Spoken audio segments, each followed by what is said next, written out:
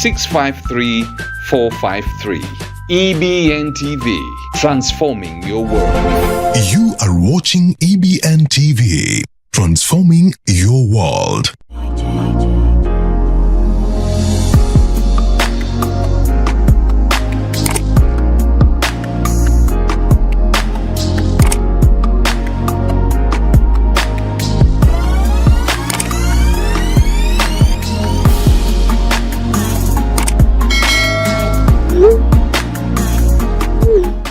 You are watching EBN TV, transforming your world. Up next on EBN TV.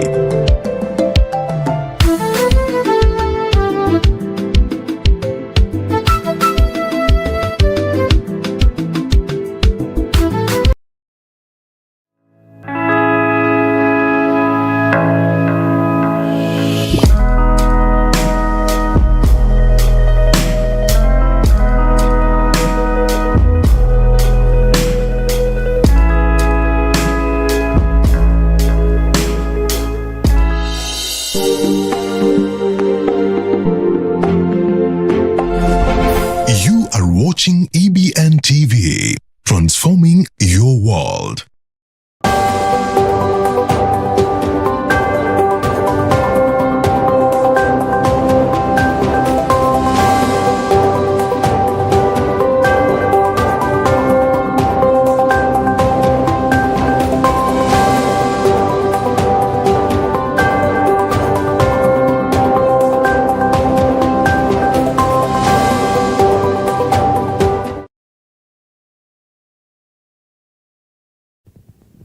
Hello, good evening and welcome to EBN Weekend Edition. My name is Gaston Wabomba. We have quite a number of stories lined up for you from the Catholic Church all the way to Mombasa, and what is happening around the country and what has been happening in regards to what has been like for the last protest that we witnessed in the country, across the country. So allow me to begin this gear with just one day after meeting with the Catholic Church bishops at the Nairobi State House. President William Ruto today met with 96 bishops of the African Independent Pentecostal Church of Africa. In his meeting with the bishops, President William Ruto continued to thank the nation's youth for coming forward and raising their voices to express their grievances. Additionally, Ruto strongly criticized some thugs who destroyed national property and several businesses, reiterating that they will be sought out and subject to strict legal action. At the same time, he called on religious leaders and government officials to speak with the youth to bring about a state of calm in the nation. Led by Chief Bishop Samson Mudhuri, the bishops promised support the President William Ruto in his aim to restore normalcy in the country. Na niwaombe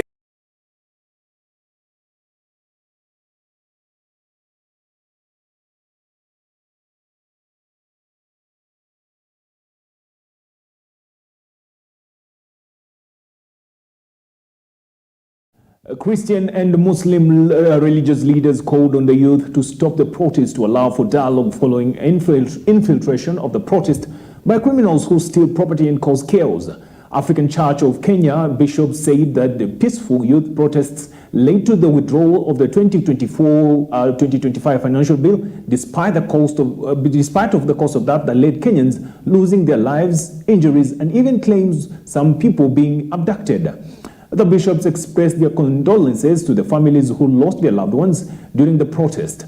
Pastor Baya added that the ACK Church in Mombasa has controlled its platform to prevent politicians from using it to drive their agendas. Maandamano hayo kuna wengi ambao walikufa, walipigwa risasi na askari, wengine wakarushiwa tear gas kwa wingi, na wako ambao waliaga, wengine wako hospitalini, na wengine vile vile wameumia kwa njia yoyote ile, kwa sababu ya serikali ilitumia nguvu nyingi kujaribu kusitisha hayo maandamano. Ushindi huu ambao ulipatikana kwa kujitoa Generation Z ni ushindi ambao tunastahili pia kuulinda. Tutaulinda kwa jinsi gani? Ni kukataa uendelezaji wa mambo ambayo yanaonyesha kwamba yako tofauti na malengo ya yale ambayo yalifanya hii bili iweze kuwa withdrawn.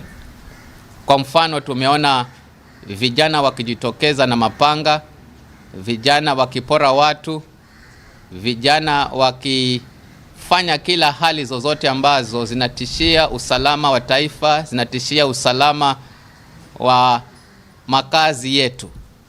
Na kwa sababu hiyo ni lazima tuone kwamba mambo hayo yanaachika, na tunaomba katika kufanya hivyo basi serikali na sisi sote tuwe washikadau kuona kwamba amani inarejea. Maana tunapoendelea kufanya maandamano tunaharibu uchumi, tunapoendelea kufanya maandamano tunaharibu uso wa taifa letu la Kenya, tunapoendelea kufanya maandamano kwa sasa basi tujue kwamba tunahatarisha maisha ya wengine na biashara na hata utendaji kazi wa watu.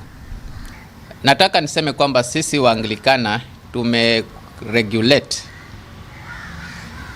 tumeregulate na hatuja peana sana makanisa yetu kuwa platform ya wanasiasa kuzungumza kila mara. Lakini kile ambacho nataka tufahamu ni kwamba wanasiasa pia ni Wakristo na ni waumini wetu na wanakuja makanisani. Kwa hivyo sisi tunawaalika waje makanisani bila hofu, bila woga. Lakini mwanasiasa anapokuja kanisani ajua anakuja kama muumini unless amealikwa kwa jambo maalum. We would have to retake our first story and go back to President William Ruto. Just one day after meeting with the Catholic Church bishops at the Nairobi State House, President William Ruto today met 96 bishops of the African Independent Pentecostal Church of Africa. In his meeting with the bishops, President William Ruto continued to thank the nation's youth for coming forward and raising their voices to express their grievances. Additionally, Ruto strongly criticized some thugs who destroyed national property and several businesses, reiterating that they will be sought and subject to strict legal action. At the same time, he called on religious leaders and government officials to speak with the youth to bring about a state of calm in the nation. Led by Chief Bishop Samson Muthuri, the bishops promised to support President William Ruto in his aim to restore normalcy in the country. Listen in. Na niwaombe hawa vijana wetu tuwaongeleshe. Hawana makosa, ni kukosa namna. Lakini as parents, as leaders, as church leaders, as political leaders, mimi na huyu Wabombi. Na mimi silaumu vijana wa Kenya. And nilisema ya kwamba hawa vijana wamefanya vizuri. Wamekuja, wamesema, tuko na maneno yetu hapa. Na walikuwa wanafanya hivyo kwa utaratibu na amani. Na walikuwa wanafanya hivyo bila ya kuchanganya na mambo ya ukabila, which is very positive. Lakini ndani ya hapo wakaingiliwa na watu wengine. Wale waliochoma bunge sio hawa watoto, si ndio? Sio watoto hawa wetu. Wale walienda kuchoma bunge ni criminals ambao tutawatafuta. Hawawezi kuhepa kwa sababu huwezi kuharibu mali ya umma. Hakuna vile mtu anaweza kwenda kuharibu biashara ya mwingine. Kuharibu biashara ya mwingine, kuvunja mali ya umma, kuharibu biashara, kuharibu manyumba ya serikali, kwenda kuchoma CDF office, kwenda kuchoma sijui nini. Hiyo itatusaidia na mambo yetu ya kusuluhisha matatizo ya vijana kwa njia gani? Tuketi chini tuongee vile nchi yetu tutapeleka mbele. Vile mambo ya madeni ya Kenya tutafanya namna gani? Maneno ya ajira kwa vijana wetu wa Kenya tuweke mawazo kwa meza. Tutakabiliana na mambo ya ufisadi. Ndio tupigane na wakora wote. Na tukubaliane yale mambo mengine wa Kenya wataleta kwa meza. The APC Church and me in particular, wherever you requires in the process of leading this nation when it is in a crisis, we are there for you and we shall support you. I would advise the youth, even if we destroy what we have, the situation will not improve. Still on religious leader, the leader of the Gospel Union in Eldoret, Uasin Gishu County, Bishop Wilson Kirui, urged the youth to give the government and various stakeholders time to address some of the issues raised during the protests. Bishop Kirui expressed his condolences to the families who lost their loved ones during the protest, urging youth to stop the protest, reiterating that their message has been heard by the president and all government leaders. Bishop Kirui praised President William Ruto for listening to the youth and not signing the controversial 2024 financial bills. Listen in. Uasin Gishu Eldoret. Jambo la pamoja na wachungaji wenzangu na wale washikadau katika mambo ya spiritual katika Uasin Gishu. Jambo la kwanza ni kutoa rambe zetu kwa wale ambao wamefariki, kuuawa na kupata shida na kuwa wagonjwa, na wengine wamelazwa katika mahospitali kwa ajili ya yale mambo yaliyotokea katika Kenya. Ya pili, nashukuru ya kwamba message imefika. Wapatieni nafasi sasa viongozi waweze kuangalia jambo hili, kubadilisha yale ambayo yanapaswa kubadilishwa, kukubaliana na maagizo yale ambayo wametoa. Zingine ni nzuri, zingine labda waweze kupima ili ichujwe. Ya pili, naomba ya kwamba watu watulie. Hii ni wakati mzuri wa kutulia. Message imefika. President amepata message, viongozi wamepata message. Sasa naomba vijana wetu, na hatuwezi kuwadharau hata kidogo, kwa sababu mmetoa message. Nchi ya Kenya ni nchi nzuri sana, tusichezee, tuweke masikio ya kuwasikiza wanaolalamika, tusipuuze. Kwa hivyo president wetu, asante kwa kusema, kwa kutokusaini. Sasa naomba watu wapatie nafasi viongozi na washikadau katika mambo ya uongozi. Still on matters religious, at the same time, the Council of Imams and Preachers of Kenya supported the views of ACK Bishop, calling on the youth to stop the protest. The Council of Imam Secretary Mohammed Khalifa called on parents to advise their children to stop the protest to give room for national building dialogue. The National Treasury Sheikh Hassan Omar urged Kenyans to maintain peace to avoid damaging national property, which will take time and resources to build. Maandamano yameharibika kwa kuingiliwa na watu ambao kwamba ni wahuni, waizi, majambazi, ambao kwamba wameiba, wameharibu kila kitu. Tungeomba sote wa Kenya, wazazi pamoja na vijana, ujumbe wa vijana umefika, uliotuwakilisha sisi sote, lakini hapa palipofika, tusiendelee kuiharibu nchi yetu ya Kenya kwa sababu ya maandamano peke yake. Kwani wao wakifanya ushindani, polisi nao watapambana na wao. Angalia yaliyotokea Githurai, angalia yaliyotokea Rangata Rugai, yaliyotokea Homa Bay, Migori, Kisumu, Nairobi na Mombasa. Kwa hakika ni mambo ambayo kwamba yanaregesha taifa letu la Kenya nyuma.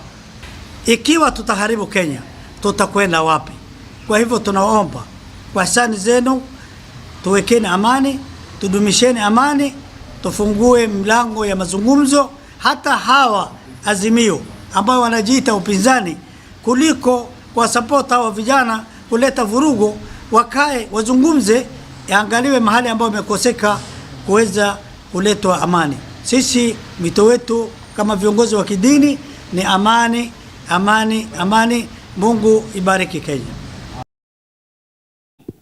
And now we switch gears. Deputy President Rigathi Gachagua, as a truth-telling leader, denied claims that the MPs who voted yes on the 2024 financial bill were paid approximately 2 million Kenya shillings, stating that it is not true. Gachagua reiterated that no money was given by the government to bribe MPs to pass the financial bill.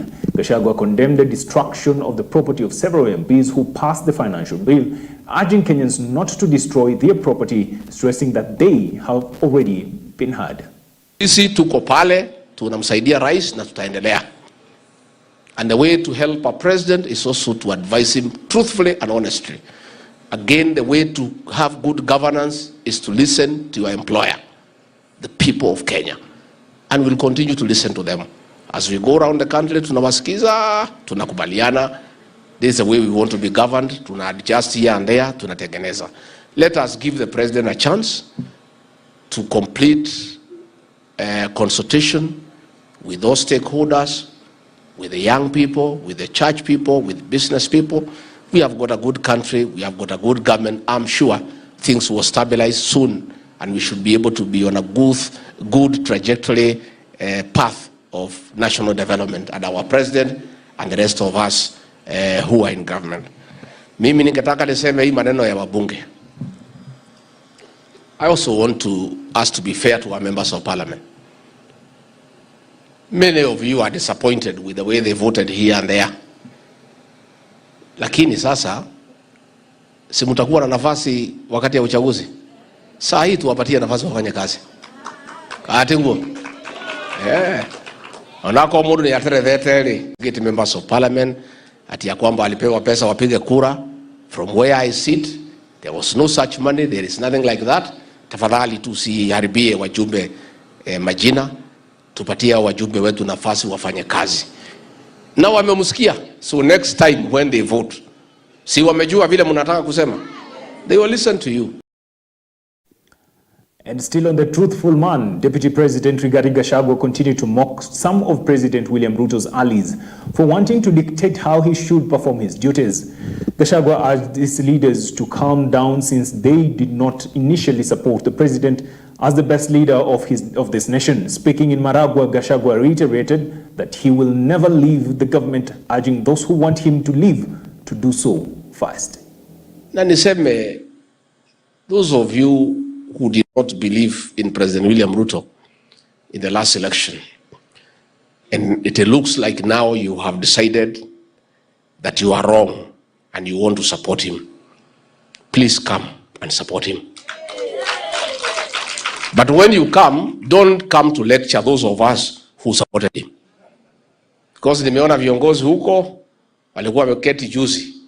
They never believed in President William Ruto. They did everything to stop him from being president. Now that they think he is a good president and he should be supported, they want to lecture us on how to support President William Ruto. Please, kujeni pole pole. Si ndio? Kujeni pole pole. Ati wanatuambia tutotoka kwa serikali. Si serikali ni yetu. Sisi ndio tuliunda hii serikali.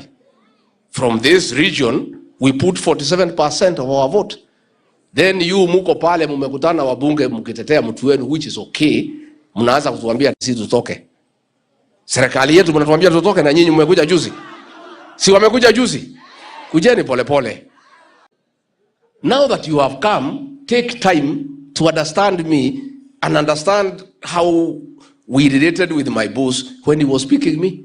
So you cannot come just the other day and purport to tell me how to do my job. Sisi tutasongea nyinyi kidogo, lakini si ati mkuje ati mtutoe. How?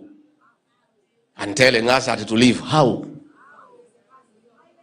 You have just come. This is our government. Mkiona hamutaki kuketi tukiwa ndani, si mkae pahali mlikuwa. And as the internal division within Kenya Kwanza faction continued, Gachagua's allies were seen throwing sharp words at some of President William Ruto's allies, who, according to them, have been disrespectful to Deputy President Rigathi Gachagua. These leaders strongly criticized claims of removing Deputy President from his position, condemning the comments of the President's allies, calling Mr. Gachagua a tribalist, adding that the defense of Nurdin Haji by some leaders from the Northeastern is not viewed as tribalism. Jana ama juzi nikaona watu wote wa bunge wa Northeastern wameenda kufanya press conference kusema wanatetea mtu yao. Ati wanaenda kutetea nini? Wanaenda kutetea mtu yao. Na wakasema our deputy president, ukiendelea kuongea ukweli watakuimpeach. Mimi nawaambia, tukiwa na wale wajumbe wenye tuko na wao, tunawaambia bring it on. Na mimi ningetaka kumuomba rais, sababu rais na deputy president wote tunawanga mkono. Mimi nataka kumuomba kama kijana yake ule mdogo, vile alisikiliza Gen Z, asikilize Rick G. Si mambo ndio hayo? Vile alisikiliza Gen Z, asikilize Rick G. Wote wako na G mahali. Ziiko G mahali. Gen Z, Rick G, Gen Z, Rick G. Sababu hao ni watoto walikuja kupata information. Kila kitu ikifanyika wako na hiyo information. Kwa hivyo mimi bila kupitisha hapo, tunaenda nyumbani tukijua vile rais alisikiza Gen Z, asikize Rick G. Tumekubaliana hiyo. Ati unaona mpaka whip wa parliament anaitwa Osoro anaongelesha deputy president wetu vibaya, mpaka anaongea in tongues. Sijui nini. Unaona mwingine anaitwa Sudi, yeye anakuja anapiga rais, na sisi tunaingia hapo kuongelesha Rick G. Na mimi nikitaka kuongea na rais mambo ya Kiambu, mambo ya Mount Kenya, naongea na Rick G ndiye aambie rais, si ndio? Sasa wakisema nisiongee na yeye, niongee na mbunge mwenzangu. And just as a reminder, Deputy President Rigathi Gachagua again has been sued over statements he made against the National Intelligence Service Director Noordin Haji on failure to contain the recent anti-government protest.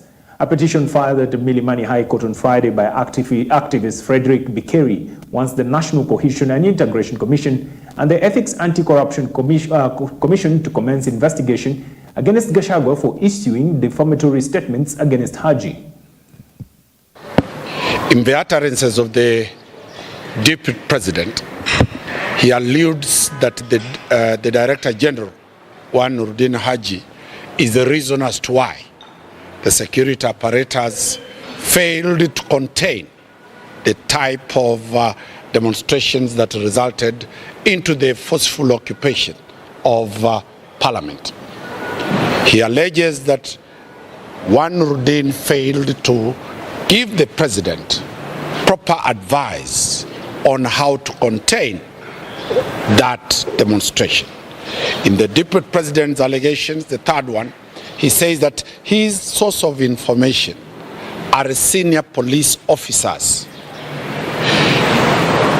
I have filed a petition challenging the National Cohesion plus the Ethics and Anti-Corruption Commission to investigate the Deputy President, one, on those utterances. The basis of my petition is that, one, the Director General of NIS does not report at all to the Deputy President. He reports strictly only to the President of the Republic of Kenya. Therefore, any form of information, any form of intelligence reports are only for the consumption of the President. Not the Deputy President was arrested and was arraigned in court. The charge sheet was approved by Noordin Haji. Two, the charges again were withdrawn when Noordin Haji was still the Director of Public Prosecution. So we read malice. We read that the Deputy President is out to revenge on the Director General of NIS out of the charges that were preferred against him. And hereby we switch gears to Tharaka Nithi County. Governor Muthomi Njuki expressed his concerns over criminals suspected of infiltrating peaceful protests organized by Generation Z to express their demands.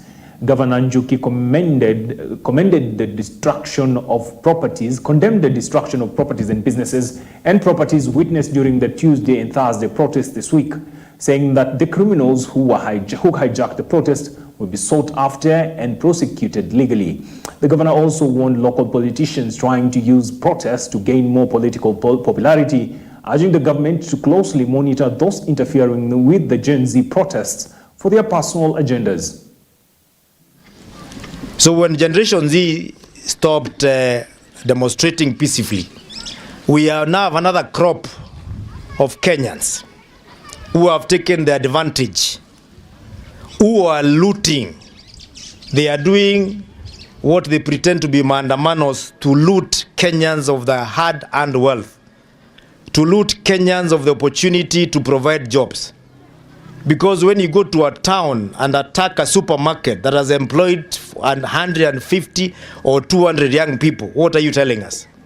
What does the supermarket have to do with the signing of the bill? Does the supermarket sit in parliament? Does Naivas supermarket sit in parliament? The supermarket that was attacked in Rongai yesterday of a very hard-working Kenyan called Clean Shelf, does it sit in the National Assembly of Kenya? It doesn't. Were those youths, were those Generation Z? Of course not. And I'm saying those people who are doing that, shame on you, that you can sit at home, wait for young people to agitate for your right not to pay taxes, and then you take advantage to go and loot other Kenyans using that privilege. And I dare say it is happening even right here in Tharaka Nithi. I have heard the last few days from the intelligence, Madam Wanyama, you know this, of local politics that is playing around.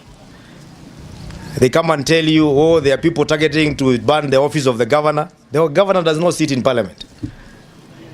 And even if you sit in parliament, the building does not sit in parliament. It is built using taxpayers' money. There are those who want to burn the county assembly of Tharaka Nithi. Why do you want to burn the county assembly of Tharaka Nithi? Does it sit in parliament? Did it pass any law? The others who have said they want to burn the office of the CDF. What does the office of CDF have to do with the passing of the bill, which has now been rejected?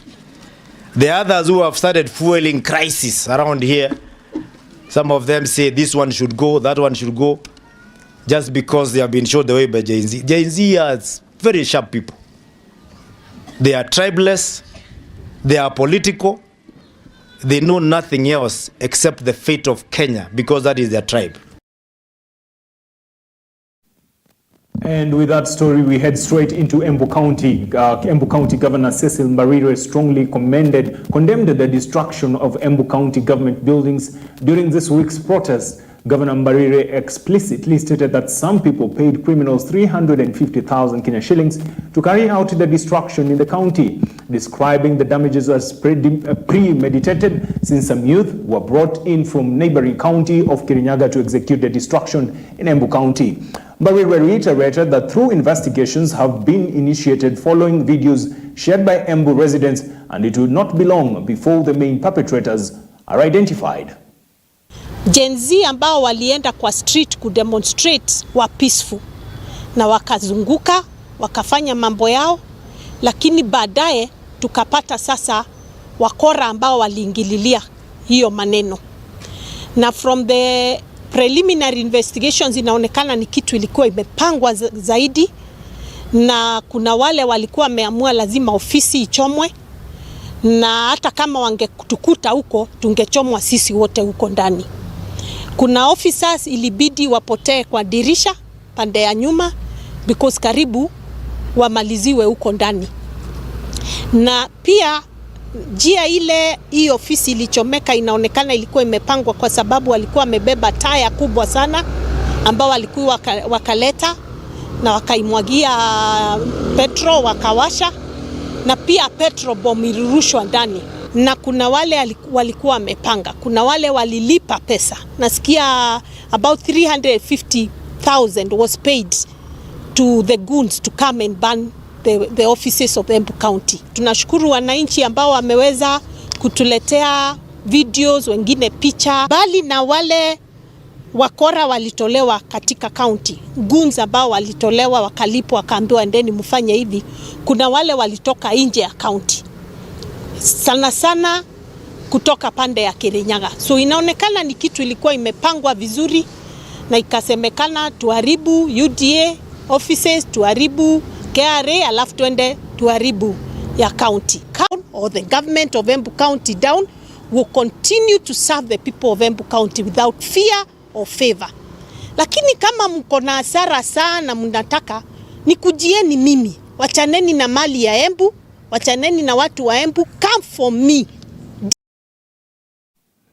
And from Embu County, Defence Minister Aden Duale has defended deployment of soldiers of all 47 counties to assist police officers in maintaining peace. Speaking at a fundraising event to support women's groups in Tana River County, Duale said that the youth have the right to protest, but they need to be protected from criminals who aim to destroy property.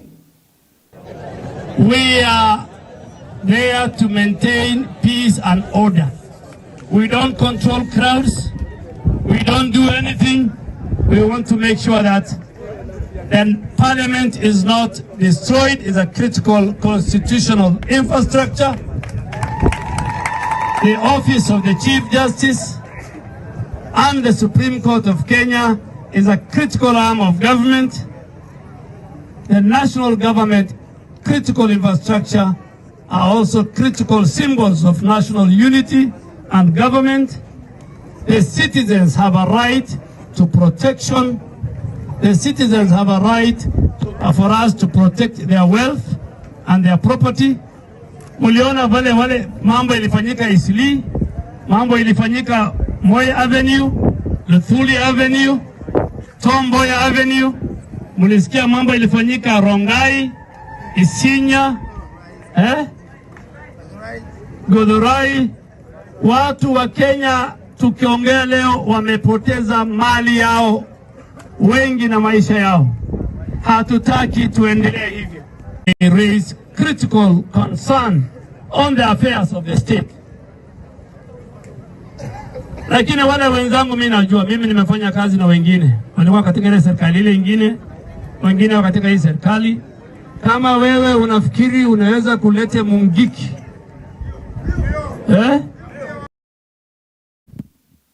And away from politics, Education Cabinet Secretary Ezekiel Machogu has affirmed the government's commitment to finance education to ensure uninterrupted learning in schools. Speaking in Mombasa County during the official closing ceremony for Kenya Secondary Schools Heads Annual Conference, Mr. Machogu stated that the education sector has been allocated about 30% of the national budget for the financial year 2024-2025, calling for a proper utilization of funds allocated to schools. Machogu said that the government released billions of shillings for the school capitation.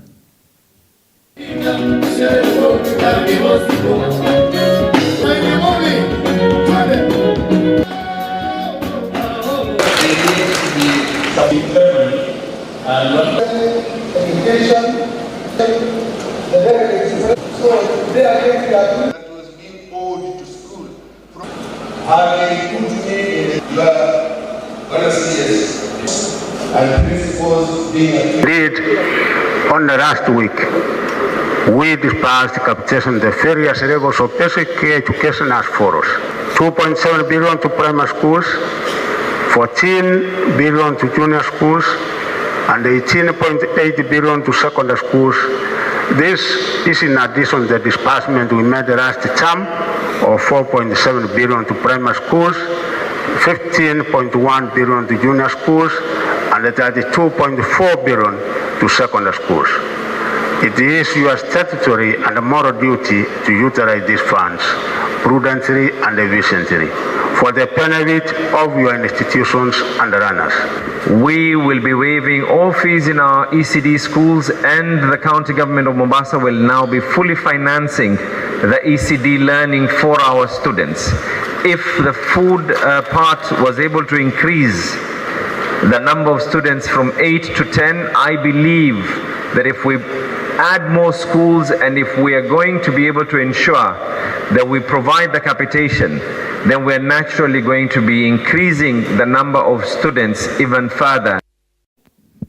Well, with that story brings us up to the full stop of our news bulletin this particular evening. Would love, as usual, would love to say a big thank you to everyone who's been watching us, but special thanks to people who've been behind this particular camera.